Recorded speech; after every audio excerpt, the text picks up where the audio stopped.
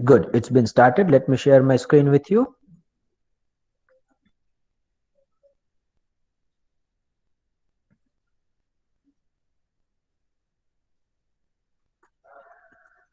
Okay, so before I move ahead further with the concepts we are going to deal today, let me just give you the brief idea about what we have done till now. We have understood the meaning of indirect tax and direct tax, yes or no. We have understood what is this income tax. We have understood the various differences between the direct and indirect tax. And we could also identify that income tax falls under the category of direct tax. So it is the direct tax we are going to study, right? Then in the last lecture, I had also given you the insights about the various parts of the income tax laws which governs the entire income tax.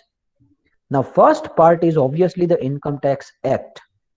When I say act, that means it is constitutionally formed act containing the regulations and provisions which tells you that what to do, what not to do. But obviously, any act cannot be a static. Any act cannot be the unchanged. Any act cannot remain unchanged. Obviously, some or other kind of an amendments will always take place. Some changes will always take place based on the changes in the economy, based on the requirement of the government, based on the changing landscapes, based on the changing, you know, the administration. So all the changes in the Income Tax Act are introduced in the finance bill. Now, this finance bill is presented in the both the houses of parliament. In India, we have two houses of parliament, right? Once this bill is passed in all these two houses of parliament, one is Lok Sabha, another one is Rajya Sabha, and you will see that in this February end, we will again have a bill, a finance act bill will be passed by Mrs. Nirmala Sitharaman, who is the finance minister of India right now. So this finance bill is presented by the finance minister of India in both the houses. They are passed, and those changes and amendments in the income tax will be applicable from the next year, current year onwards, whatever the date which has been prescribed over there for the application of those laws. Then it comes the income tax rules. These rules are framed by the Central Board of Direct Taxes.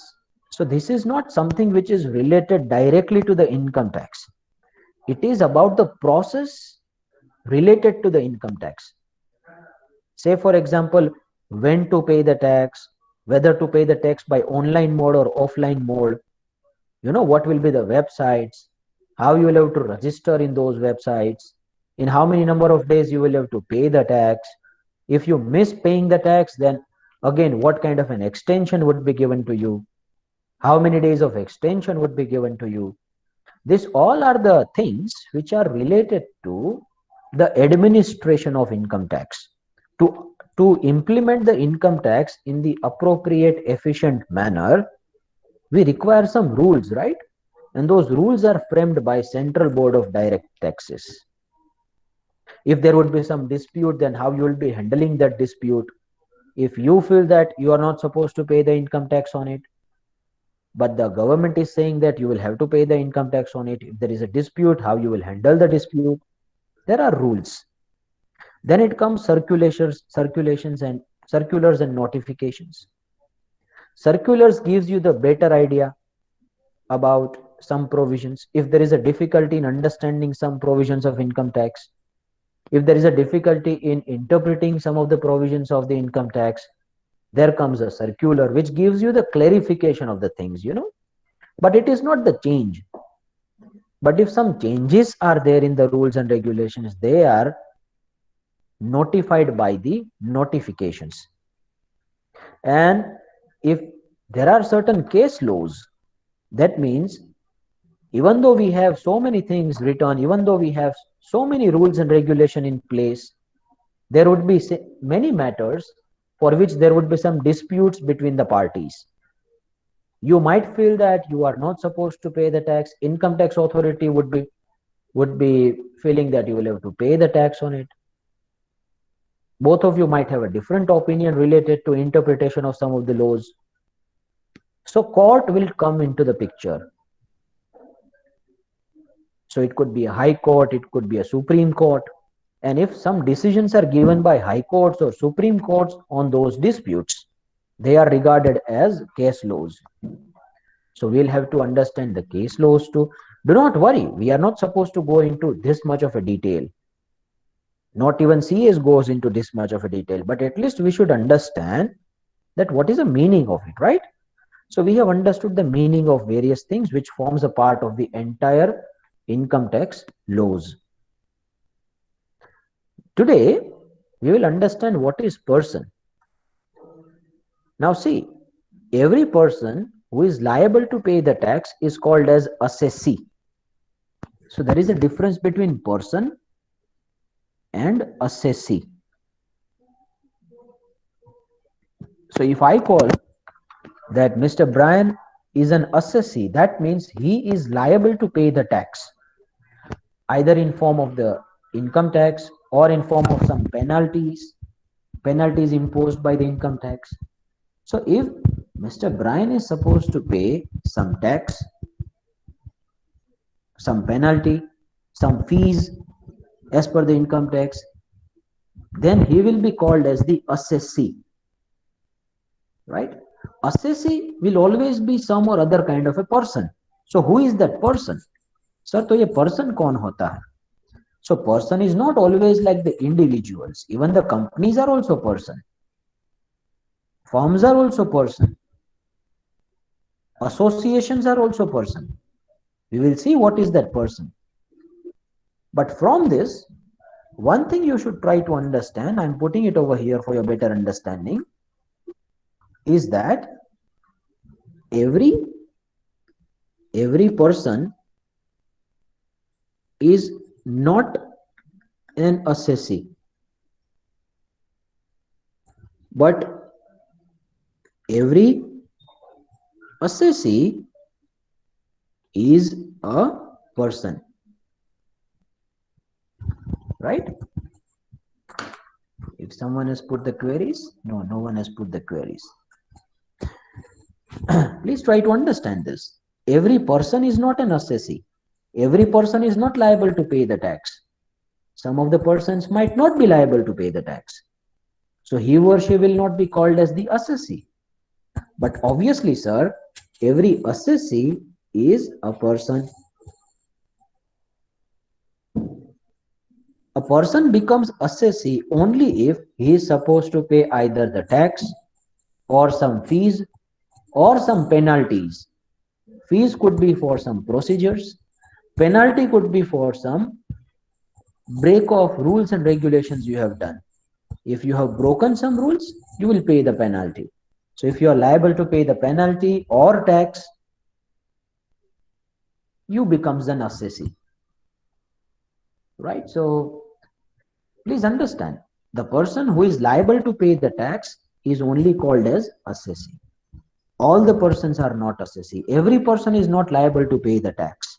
We will see the different provisions, that who is liable to pay the tax, up to what extent, who is not liable to pay the tax, up to what extent. We'll see that later on, dhire dhire. So what is the person? Let's understand the definition of person, the people who falls into the category of person as per the income tax. So as per section 2, subsection 31 of the Income Tax Act 1961, you are not supposed to remember this, I am just giving the reference. First one is the individual, like you and me, male, female, or minor or major. Whether you have achieved the age of 18 or not, different thing. You are a person. But yes, you might not be an assessee, even though you are individual. But if you are just a 1 year old, you are a person. But 1 year old obviously will not have any income, right? And if he will not have any income, he will not pay any tax. He might not be an assessee. But yes, he or she is a person, individual, natural human being like you and me. Number two, it could be Hindu undivided family. Now Hindu undivided family has got a different recognition in Income Tax Act, because some of the rules related to Hindu undivided family are different. As the name itself suggests, that it's the Hindu, so it's applicable to one religion only, which is the Hindu religion. Undivided family, that means they have some family income. Now this is one of the very good tool to tax planning. Hindu undivided family is used as a very good tool for a tax planning. Now say for example, if I give you, say one family is there, which is A family, and in that family, say there are three brothers and say one sister. Now one brother has also got the income of 5 lakhs, B has got the income of say 6 lakhs, the third brother has also got the income of say 7 lakhs, and the sister has got the income of say 3 lakhs. Now they all are a part of one family. Now any income which is from a family business, and all these people who are the co-partners, that means they are a part of the family, then that income will be included in the income of HUF. That income will not be included in brothers and sisters incomes. That income will be included in HUF. So all such sort of a family business where income is earned and all the people who are a part of that family are the members of the HUF, then that income will not be charged in that individual's assessment. These brothers and sisters will not have to pay the tax on it, but the Hindu undivided family will have to pay the tax on it. This is the one of the very good way to divert some tax amount for the tax planning purposes. This is not illegal. First of all, try to understand. Tax planning is different from the tax evasion. Tax evasion is something which is related to chori. This is the illegal act, unethical act. But tax planning is not unethical. Tax planning is something which you try to use the regulations in the most effective and efficient manner. So here is where people generally take the advice of chartered accountants, some other professionals, to divert their individual income to HUF income.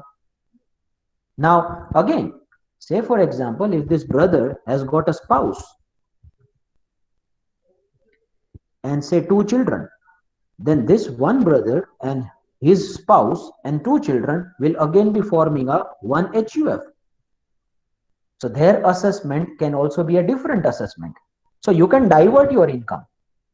Now see, once we will see what are the rates of income tax, you will be able to understand in a better way, because up to certain amount of income you are not supposed to pay any tax. So if you earn 6 lakhs and if you divert it like 3 lakhs to one and 3 lakhs to another, both of them will not have to pay any tax. But you must be able to divert that income effectively by doing some proper tax planning. So it is called as Hindu undivided family. Now this is also called as one HUF. This is also called as another HUF. This is also called as another HUF. If you are married, having a spouse, whether you have the children or not, that is a different matter. You would also be a different HUF. So Hindu undivided family is also a person. Very good tool for the tax planning. Right now, you might not be able to understand every complexities of it, but one thing that must strike in your mind, that by going through the HUF module, you can do your tax planning better. Sometimes you won't have to pay any tax if you utilize this HUF framework effectively. Okay. Has everyone got till now? Any queries till now? May I have a chotu sa confirmation through the chat box, please, that you have got it? And in case if you haven't, please let me know.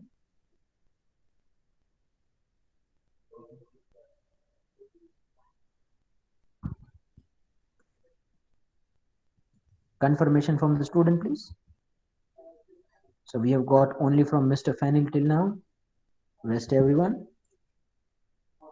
Mr. Divya sir as well we have got clear. So who are the two persons? Good. We have got it from Miss Nancy, Mr. Uttam, Mr. Dhruv, Mr. Deepak too. Good to see that.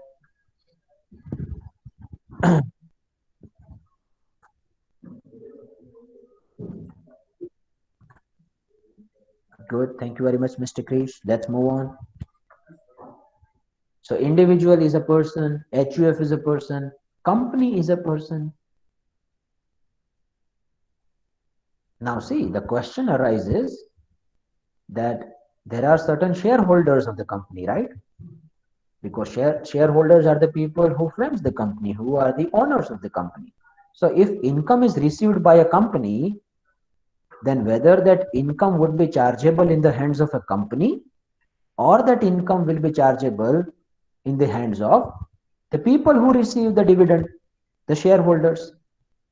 So see, Income Tax Act comes with a proposal, it comes with a declaration that see, company is altogether a different person. The income which are earned by the company will have to pay the tax on it, not the individual investors.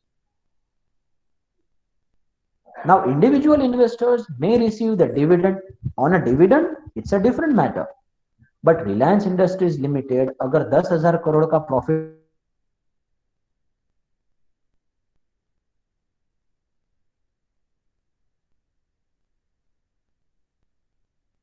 Income tax department मेरे पास आके मेरा गला पकड़ के नहीं बोलेगा कि भाई तुम्हारे पास तो है ना रिलायंस के 3 शेयर है तो तुम्हें टैक्स पे करना है, नहीं।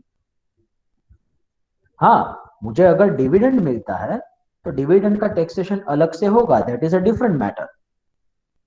लेकिन कंपनी में पे अ डिविडेंड, कंपनी में नॉट पे a dividend, company is not obliged to pay the dividend. The profit which is earned by a company from a business, that profit will be chargeable in the hands of that company. I am not supposed to pay the tax on it, though I am a shareholder in that company.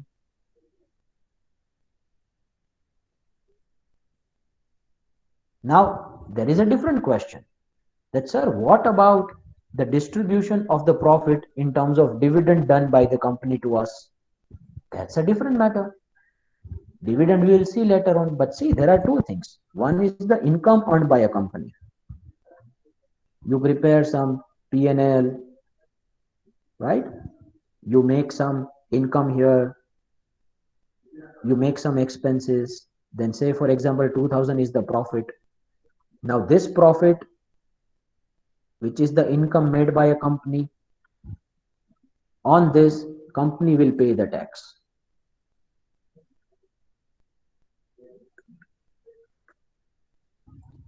So this profit, say for example company pays 600 crores as a tax, so remaining amount is 1400 crores.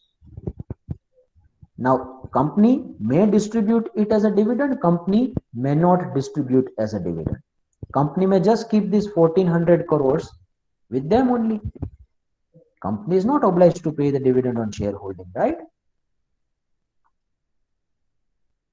But this 2000 crores which company has earned, on that 600 crores is paid by the shareholder, is paid by the company only. No one comes to you in person and saying that, oh Mr. Divyesh, you are the owner of this Chandu Limited, you will have to pay the tax on it. No, Chandu limited कुछ भी करे, मुझे उसके ऊपर tax पे नहीं करना है। हाँ, अगर मैं डिविडेंड रिसीव करता हूं और मैं मेरे शेयर्स को सेल करता हूं, then it's a different matter, वो मैं देखते हैं, वो बाद में देखते हैं। लेकिन कंपनी प्रॉफिट अर्न करे उसके ऊपर मुझे नहीं, कंपनी को खुद को पे करना है। Okay, then it comes the firm. Now see, firm is not the artificial juridical person as per Companies Act or as per certain other act. Firm do not enjoy you know, I can say that artificial existence, just like the company does. But still, in the eyes of income tax, it will be taken as a different person. So that means, say for example, if two people have started a partnership, A and B, and this partnership is, say they have given the name AB and Company, then AB and Company is doing some business, right? Now, say for example, AB and Company have earned the profit of 1 lakh rupees from this business. Then this 1 lakh rupees profit is of the partnership firm. This firm will pay the tax on it. Say for example, 30% is paid by them. So rest 70,000 is left, and this 70,000 is distributed to partners A and B. Say they are equal partners. So 35,000 rupees given to A, 35,000 given to B. Now this 1 lakh rupees is something on which these partners are not supposed to pay the tax. Partnership firm is supposed to pay the tax because this 1 lakh rupees was earned by the partnership firm. So the profit of the partnership firm which is distributed to the partners will not be taxable in the hands of partners, it will be taxable in the hands of firm. हाँ, लेकिन partner वहां पे कोई salary ले रहा है, कोई interest ले रहा है, कोई और इनकम अर्न कर रहा है which is not the percentage of profit, तो फिर पार्टनर को उसके ऊपर अपने हिसाब से टैक्स पे करना पड़ेगा. We would go into those regulations in a detailed manner in some time to come. You should not get confused right now. But what I am trying to say is that partnership firm and partners are two different things. The profit of the partnership firm is chargeable in the hands of partnership firm, not the individuals. Right? Is it clear till now? So firm is also a person. Association of persons or body of individuals. All of you have seen the marketing yard here, right? Those who have visited the Harvard University. So what is that marketing yard? It's APMC. Now that is run by some of the persons, and they have formed an association, and that association is running the entire administration of that marketing yard. And say for example, if you wanna enter into that marketing yard, you will have to take the permission of that association. First of all, you will have to pay some membership fees there. Then you become a member of an APMC there, or a member of that yard, whatever the case it would be. So all the people who have framed the association, and that association have their own income and expenses, they might be earning the income from n number of reasons, n number of purposes. On that income, who is supposed to pay the tax? That association of person is supposed to pay the tax.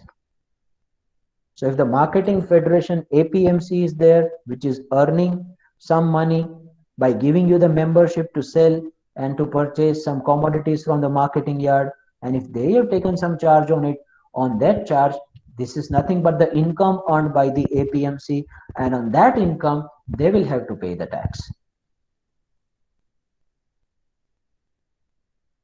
Then some of the students would be like, sir, then what is the difference between association of person and body of individuals, BOI?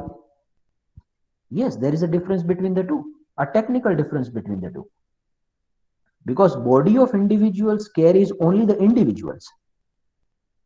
What is individuals? Individuals like you and me, natural person. But association of person can also have the other persons, like company. Companies can also form an association, right? Companies may take a membership in the association. So association of person involves all kind of a persons. Person can be partnership firm, person can be individual, it can be a company, but body of individuals is purely the individuals, normal human beings like you and me. Natural human beings, not normal, sorry.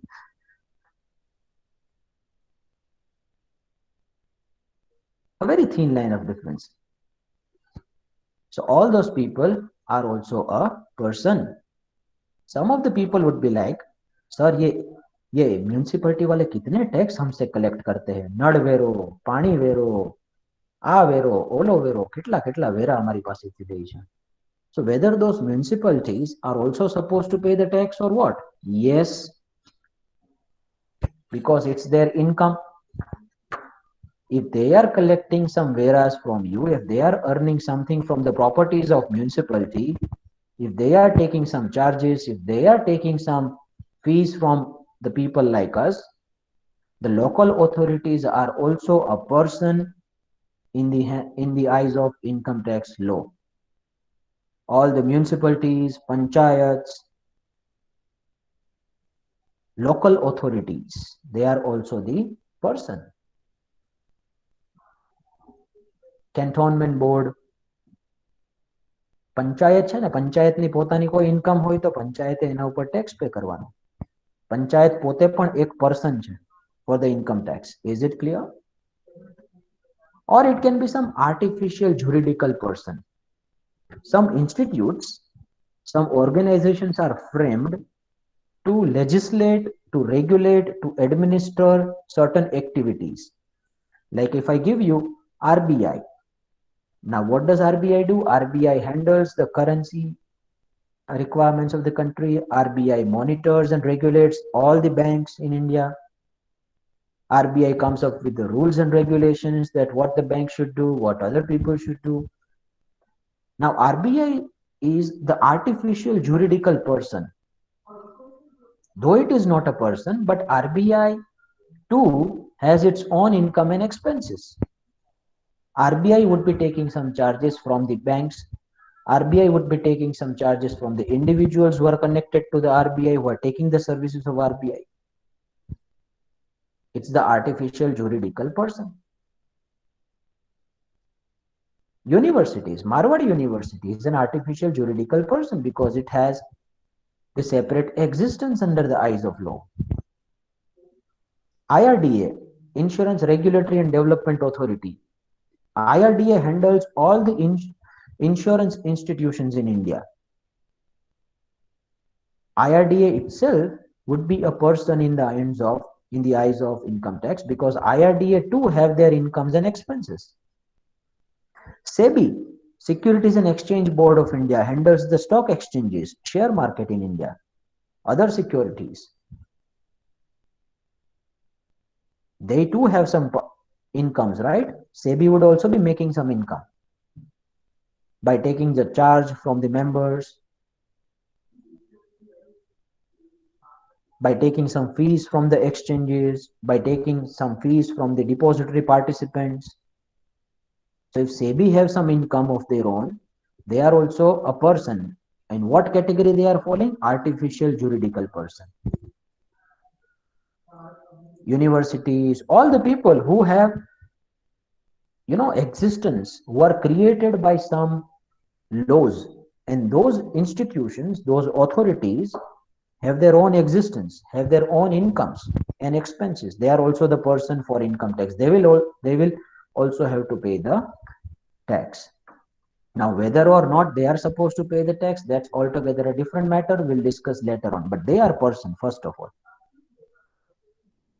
Right? So everyone should go to the examples now, and you would tell me they are falling in which category. Right? So I am asking the questions to all the students.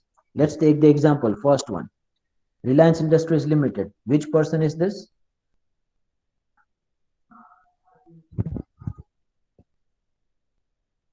Yes, Mr. Brian. When the partners gain the profit, they will not be taxed afterwards. There are certain rules. We'll go into the technicalities of the rules after some time. Otherwise, there would be a double taxation, no? Because on that income, already a tax has been deducted, and the tax has been charged on the income of partnership firm. If partners will also again have to pay the tax, then it would be a double taxation.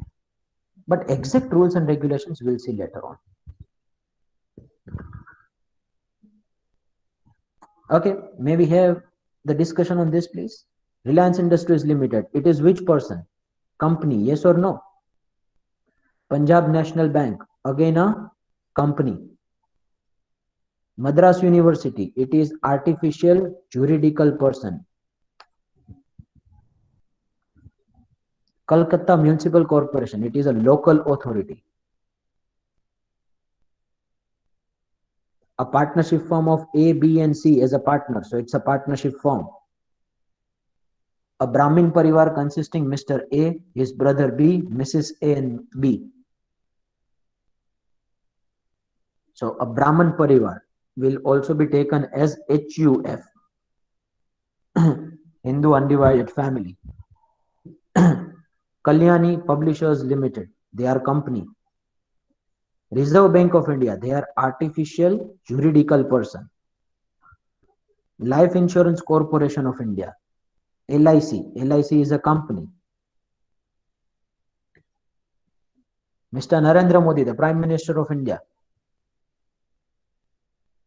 in which category he would be coming? May I have the answer, please? Natural person. That's a person, so individual, right?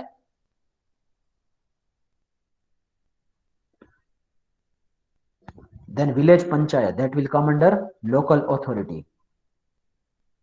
And market federation and house federation, those all are the association of person, AOP or BOI. Because all these associations are there, no? Market federations, house federations, APMCs, they are the association of person. So we have seen the definition of persons, right? Now let's go to the assessee, and that would be the end of the lecture. So as I've already told you, all the persons are not assessee, but yes, all the assessees are person. Now who are the assessees? Let's go to the technical definition. Assessee means a person by whom any tax or any sum of money is payable under this act. So if that particular person is liable to pay the tax or any kind of a money under this act, that person becomes an assessee. Otherwise he or she or any of those persons is not a assessee, not an assessee. It includes every person in respect of whom any proceeding has been taken for the assessment of his income or assessment of fringe benefits. Assessment has been taken. So say if that person is not liable to pay the tax, but income tax authority feels that, having the opinion that this person is liable to pay the tax, then some assessment will be taken, no, on him. And if that assessment is being taken, assessment is being done, then also he or she will be called as the assessee.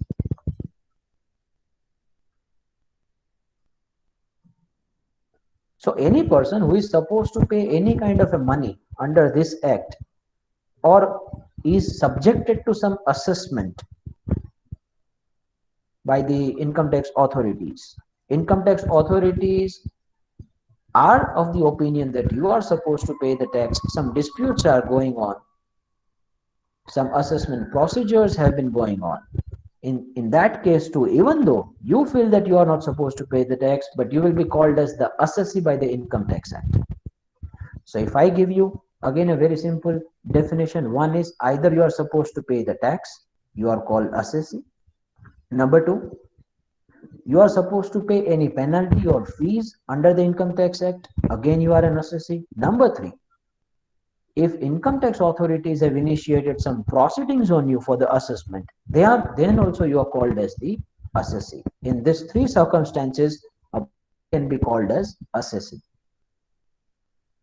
So in nutshell, I can say that every assessee is a person, but every person is not an assessee. Is it clear, everyone? May I have a confirmation through the chat box, please?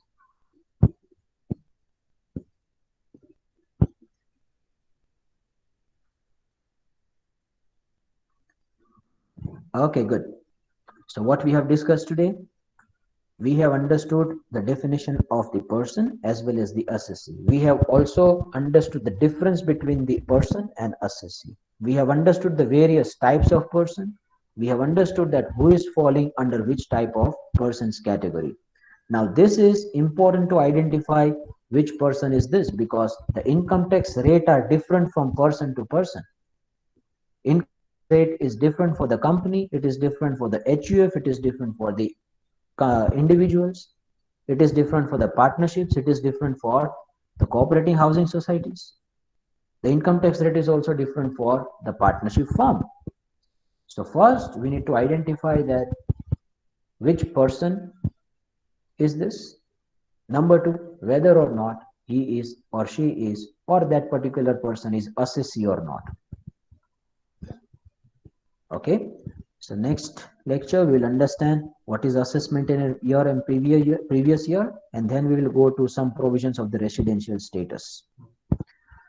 So you can just put your enrollment number here and your division, and once it is done, then you may disperse from this class. Bye bye, take care, sayonara. If you have any queries or questions which are supposed to be asked to me, you can let me know, else I am assuming that you have got everything. Good to see that I have got the response from many people. Good, bye bye, take care, enjoy the rest of the day.